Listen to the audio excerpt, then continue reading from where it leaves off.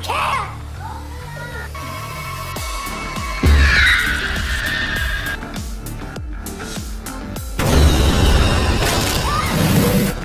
शुरू करने से पहले मैं आप सभी को ये वार्निंग दे देता हूँ कि इस मूवी में कुछ ऐसे सीन्स भी है जो कि आपको विचलित कर सकते हैं, तो ये वीडियो अपने रिस्क पर ही देखना।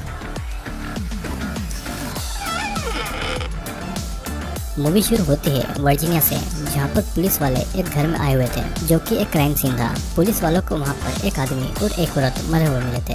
बुर्के नाम का एक पुलिस ऑफिसर बेसमेंट पे जाता है, जहाँ पर उसे एक औरत की डेथ बॉडी मिलती है और वो औरत पूरी तरीके से नेकेड थी। उस औरत का कोई भी आइडेंटिफिकेशन नहीं था और ना ही उसकी बॉडी पर किसी घाव के निशान थे, और उस घर के अंदर किसी बाहर वाले के घुसने का कोई भी सबूत नहीं मिलता है। उस औरत के पास से कोई भी आइडेंटिफिकेशन जैसे कि पासपोर्ट, ड्राइविंग लाइसेंस या वोटर आईडी कार्ड कुछ नहीं मिलता है, तो इसीलिए वे उसे जेन डो नाम दे देते हैं। अब उस टाउन के सरकारी ऑटोप्सी ऑफिस में टॉमी और उसके बेटे ऑस्टिन को दिखाया जाता है, जो कि एक डेथ बॉडी पर पोस्टमार्टम यानी कि उसकी ऑटोप्सी कर रहे थे। ऑस्टिन इस काम में नया था, तो उसके पिता टॉमी उसे सिखा भी रहे थे और वो उसे सिखाते सिखाते कुछ क्वेश्चन भी पूछ रहा था। ऑस्टिन कुछ सवालों का गलत जवाब दे देता है, तो टॉमी उसे सही करता है। टॉमी फिर अपने बेटे से उसके रात के प्लान के बारे में पूछता है, और ऑस्टिन रात को अपनी गर्लफ्रेंड एमा के साथ में घूमने जाने वाला था, और टॉमी उसे उस रूम को साफ करके जाने को कहता है। वो फिर पोस्टमार्टम की हुई डेथ बॉडीज को उस मॉर्ग में रखता है और सब कुछ साफ करके वो जाने ही वाला था, और तभी उसके फादर की कैट स्टैनली एक मरा हुआ चूहा उठाकर लेकर आ गई थी, और तभी वहाँ पर एमा आकर उसे डरा देती है। एमा फिर ऑस्टिन से ये जिद करने लगती है कि उसे डेथ बॉडीज को देखना है। ऑस्टिन उसे मना करता है क्योंकि उसके फादर को इन सबसे छेड़खानी करना नहीं पसंद था। एमा फिर भी नहीं मानती है, तो ऑस्टिन उसे ऑटोप्सी रूम में ले जाकर वहाँ पर उसे कोई भी एक बॉक्स को चुनने को कहता है, और वो उसी बॉक्स की डेथ बॉडी उसे निकाल कर दिखाएगा। एमा एक डेथ बॉडी चुनती है और डेथ बॉडी के पैर पर एक बॉल बंधी हुई थी। एमा फिर इस बॉल के बारे में टॉमी से पूछती है, तो टॉमी के मुताबिक पुराने जमाने में पूर्वज डेथ बॉडी के पैरों पर बॉल बांध देते थे ताकि उन्हें ये पता हो कि ये डेथ बॉडी है कि वो आदमी मर गया है, वो हिल तो नहीं रहा है। उसी टाइम से आज तक ये पता चली आ रही थी। एमा फिर कुछ और क्वेश्चन पूछती है और टॉमी उन सबके अच्छे से जवाब देता है। उसके बाद में एमा और ऑस्टिन अपने डेट के लिए जाने वाले थे, और तभी वहाँ पर एक पुलिस वाला जेन डो का पोस्टमार्टम करवाने के लिए आता है। एमा को ऑस्टिन 11 बजे मिलने को कहता है क्योंकि वो अपने डेट को अकेला नहीं छोड़ना चाहता था। एमा को इस बात से थोड़ा बुरा लगता है और वो वहाँ से चली जाती है। उन पुलिस वालों को पोस्टमार्टम की रिपोर्ट सुबह तक चाहिए थी, तो वो उन दोनों को काम पर लगा देते हैं। ऑस्टिन एक कैमरा को ऑन करता है और टॉमी ऑटोप्सी की एक एक बात ऑस्टिन को सिखाने लगता है। टॉमी जेन डो की आंखें खोलकर देखता है और उसकी आंखें ग्रे कलर की हो गई थी, और ऐसा तभी होता है जब डेथ बॉडी कई दिन पहले मरी हो। जेन के हाथ की कलाई टूट चुकी थी, पर उसकी स्किन के ऊपर कोई भी निशान नहीं थे जिससे कि हड्डी टूटी हो, और दोनों काफी ज्यादा कंफ्यूज थे क्योंकि बॉडी पर कहीं भी कोई निशान नहीं था। लेकिन उस बॉडी के नाखूनों में काली मिट्टी भरी हुई थी, और ऐसी काली मिट्टी सिर्फ नॉर्थ की साइड में ही मिलती है। जेन डो का जब मुंह खोला जाता है तो उसकी जीभ को काट लिया गया था। टॉमी और ऑस्टिन को ये लगता है कि शायद ये ह्यूमन ट्रैफिकिंग का काम होगा। जेन डो के कई सारे दांत भी मिसिंग थे। उन्हें एक धागा उसके मुंह के अंदर से मिलता है, और उसके प्राइवेट पार्ट में भी कई सारे कट लगे हुए थे। जिसके बाद में दोनों उसके हार्ट और लंग्स का इंटरनल एग्जामिनेशन करने वाले थे कि तभी वहाँ पर अचानक से रेडियो में गाना बज जाता है, ओपन अप योर हार्ट, जो कि बहुत अजीब था। लेकिन दोनों इस बात पर ज़्यादा ध्यान नहीं देते हैं। फिर वो जेन डो की स्किन को काटकर अंदर के पार्ट्स को देखने लगते हैं, पर अंदर का पार्ट देखकर ऐसा लग रहा था कि वो ज़्यादा देर पहले नहीं मरी है। ऑस्टिन फ्रिज के पास जाता है जहाँ पहले के डेथ बॉडी के ऑर्गन बिखरे पड़े हुए थे। ऑस्टिन सब कुछ ठीक करने लगता है और टॉमी को दिखाता है। टॉमी को फिर दिखता है कि उसकी बॉडी के लंग्स पूरी तरीके से काले पड़े हुए थे, जैसे कि उसे 3rd डिग्री बर्न किया हो। सीधी भाषा में कहूँ तो उसे किसी ने जलाया हो। जेन का हार्ट भी अंदर से कटा हुआ था, और टॉमी के मुताबिक मरने से पहले जेन डो ने बहुत दर्द सहा होगा। फिर अचानक कुछ आवाजें आती है और ऑस्टिन रूम के बाहर देखने जाता है। उसे ऐसा लगता है कि कॉरिडोर में कोई खड़ा हुआ है, और वो देखने के लिए आगे बढ़ता है। इधर दूसरी तरफ बॉडी को एग्जामिन करते समय टॉमी का हाथ कट जाता है और उसका खून जेन की बॉडी पर लग गया था। इस तरफ ऑस्टिन टूल के ऊपर चढ़कर वहाँ देख रहा था, और फिर कुछ हिलता हुआ देखते ही वो उस टूल से गिर जाता है, जिसकी आवाज़ सुनकर टॉमी भी वहाँ पर आ जाता है। और तभी वो देखते हैं कि उनकी कैट स्टैनली बुरी तरीके से मर गई है। टॉमी को अपने कैट की ऐसी हालत देखकर बहुत बुरा लगता है, लेकिन फिर भी दोनों जेन की बॉडी का बाकी का पोस्टमार्टम करने में लग गए थे। जेन के पेट के अंदर से उनको एक फूल भी मिलता है, और टॉमी उस फूल के बारे में किताबों में ढूंढने लगता है। उस फूल का नाम जिनसन वीट था, जिससे कि पूरी बॉडी पैरालाइज्ड हो जाती है और ये फूल भी उस देश के नॉर्थ की तरफ ही पाया जाता है। दोनों इस बात से हैरान थे कि जेन की बॉडी इतनी दूर उनके टाउन में कैसे आ गई। ऑस्टिन फिर अपने फादर से बाकी की ऑटोप्सी सुबह करने को कहता है, लेकिन टॉमी को पूरी ऑटोप्सी अभी ही करना थी। कुछ देर के बाद में टॉमी को जेन के पेट में से एक कपड़े में लिपटा हुआ उसका एक मिसिंग दांत मिलता है और उस कपड़े पे रोमन लेटर और कुछ सिंबल भी बने हुए थे। उस कपड़े को जेन के पेट के एसिड से पिघल जाना चाहिए था, लेकिन ऐसा नहीं हुआ और इस बात से ऑस्टिन और टॉमी दोनों हैरान थे। टॉमी इस नतीजे पर पहुंचता है कि जेन को ह्यूमन सेक्रीफाइस किया गया होगा और तभी रेडियो पे बार बार अजीब तरह के गाने बज रहे थे। ऑस्टिन को इस बात से अजीब लगता है और वो अपने फादर को घर चलने को कह रहा था, पर टॉमी को जेन की ऑटोप्सी पूरी करना थी।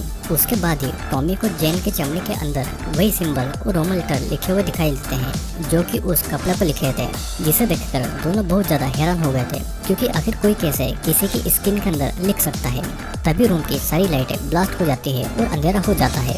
ऑस्टिन जब टॉर्च जलाकर देखता है तो वहाँ पर बाकी की डेथ बॉडीज भी गायब हो गई थी।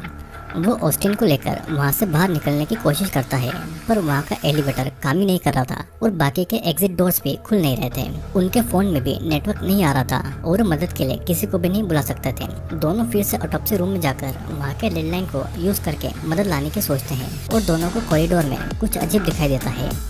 वो दोनों ऑटोप्सी रूम में दौड़कर आकर डोर को बंद कर लेते हैं और टॉमी पुलिस को फोन लगाता है, पर पुलिस ऑफिसर बुरके उनकी आवाज नहीं सुन पा रहा था। दोनों को ही बहुत ही डर लग रहा था और तभी उनको दिखाई देता है कि एक डेथ बॉडी उनके रूम का डोर खोलने वाला था, लेकिन वो दोनों एक अलमारी को डोर पर रखकर उसे ऐसा करने से रोक देते हैं। उसके बाद में टॉमी खुद को साफ करने के लिए बाथरूम में जाता है। तभी ऑस्टिन कहता है कि उनको यहाँ से जल्दी निकल देना चाहिए और तभी टॉमी को कोई एंटिटी बाथरूम के अंदर खींचकर उसके पूरे शरीर पर जख्म दे देती है।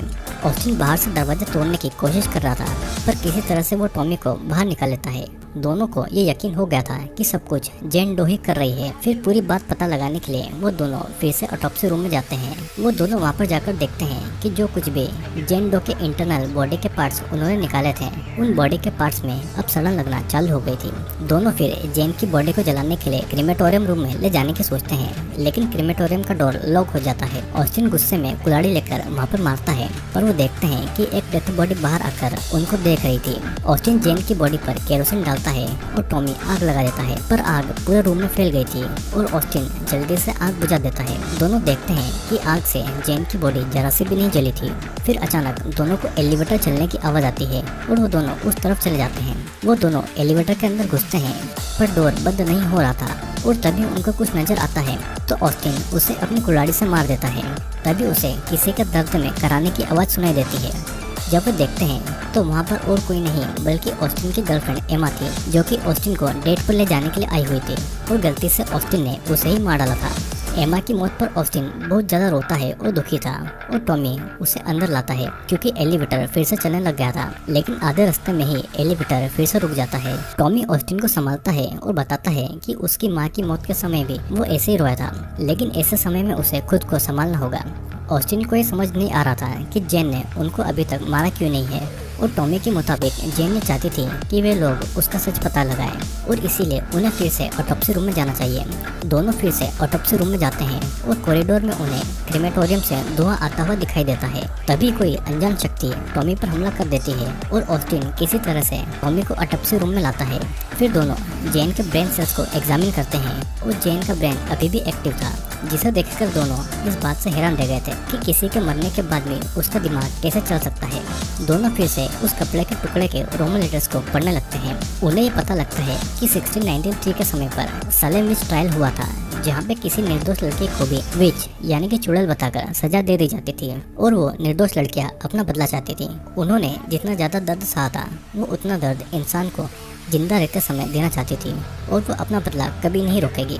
अब टॉमी जेन के पास आकर कहता है कि वो उसे सजा दे दे और उसके बेटे को जाने दे, और ऐसा कहते ही उसके तुरंत बाद टॉमी का हाथ और कलाई खुद ब खुद टूटने लगते हैं और वो तड़पते हुए चिल्लाने लगता है। जैसे जैसे टॉमी को दर्द मिल रहा था और उसकी हड्डियां टूट रही थी, वैसे वैसे जेन डो की बॉडी के घाव ठीक हो रहे थे। अब फिर टॉमी अपने बेटे ऑस्टिन को उसकी जीभ काटने को कहता है ताकि रिचुअल खत्म हो जाए और जेन उनको छोड़ दे। ऑस्टिन फिर अपने फादर को एक इंजेक्शन लगा देता है ताकि उन्हें दर्द न हो। फिर तभी ऑस्टिन को ऊपर के फ्लोर से आवाज आती है तो वो देखने जाता है, लेकिन वो बस हेलुसिनेट कर रहा था और अचानक ऑस्टिन को अपने फादर की आत्मा दिखाई देती है, जिसे देखकर वो डर जाता है और उसका बैलेंस बिगड़कर वो ऊपर के फ्लोर से नीचे गिरकर मारा जाता है। अब अगले दिन पुलिस वाले वहाँ पर आते हैं पर उन्हें कोई भी सुराग नहीं मिलता है और ये बिल्कुल मूवी के पहले वाले सीन की तरह ही था। वहाँ पर भी टॉमी, ऑस्टिन और उसकी गर्लफ्रेंड एमा की मौत के कोई भी सुराग नहीं मिल रहे थे और पुलिस वाले जेन की बॉडी को देखकर बहुत ज्यादा कंफ्यूज थे। तभी पुलिस ऑफिसर बुर्के जेन की बॉडी को वर्जीनिया कॉमनवेल्थ यूनिवर्सिटी भेजने को कह देता है, जहाँ पर वे लोग इस बॉडी को एग्जामिन कर पाए। अब कार में बॉडी को डालकर वहाँ के लिए ले जाया जाता है और कार के रेडियो में भी वही गाना बज रहा था, ओपन अप योर हार्ट। तभी अचानक से जेन डो का अंगूठा हिलता है और मूवी यहीं पर एंड हो जाती है। दोस्तों, इस मूवी की स्टार्टिंग में ये बताया गया था कि पुलिस वालों को जेन डो की बॉडी मिलती है। जब जेन की बॉडी को पोस्टमार्टम के लिए भेजा गया तो उन्हें ये पता लगा कि जेन के साथ में कोई ह्यूमन सेक्रीफाइस किया गया था। जेन अपना बदला ले रही थी, जो भी दर्द उसे मिला था वो इंसानों को जीते जी वो दर्द देना चाहती थी। जेन मर तो चुकी थी, लेकिन उसके ऊपर जो रिचुअल हुआ था उससे उसका ब्रेन एक्टिव था और उसके आसपास की एविल एंटिटी उसके आसपास के लोगों को मार डालती है। तो ऐसा कहा जा सकता है कि जेन कई सौ सालों से लोगों को मार रही है। दोस्तों, आपका क्या ख्याल है इस मूवी के बारे में? मूवी बहुत ज़्यादा इंटरेस्टिंग है और अगर आप